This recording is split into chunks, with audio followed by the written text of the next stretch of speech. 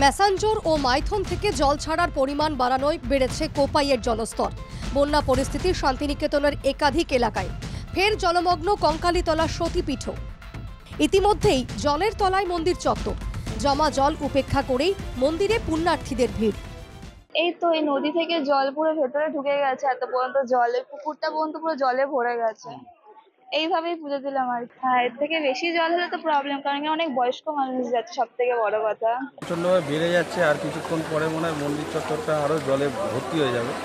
এর মধ্যে দিয়ে আমরা পুণ্যার্থী যারা এসেছি তারা চেষ্টা করছি যাতে সুষ্ঠুভাবে পুজো দিতে পারি। আতঙ্ক তো হয়ে যাচ্ছে, এত জল এরকমভাবে হু করে বাড়ছে, এটা তো মানে সত্যি মানে আমরা তো প্রথমবার এসেছি, এরকম দেখছি। এর কিছুক্ষণ পরে তো মনে হচ্ছে মন্দির চত্বর ডুবে যাবে।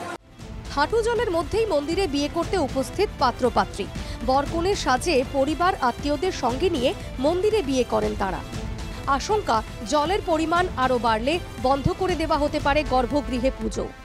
বিয়েটা একদম অন্যভাবে বিয়ে হলো। সাধারণত এইভাবে বিয়ে হতে আমি দেখিনি।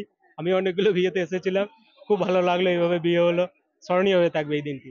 ঢুকেই দেখলাম অনেক জলের মধ্যে দিয়ে এলাম, এসে মায়ের আশীর্বাদে বিয়ে হয়ে গেল।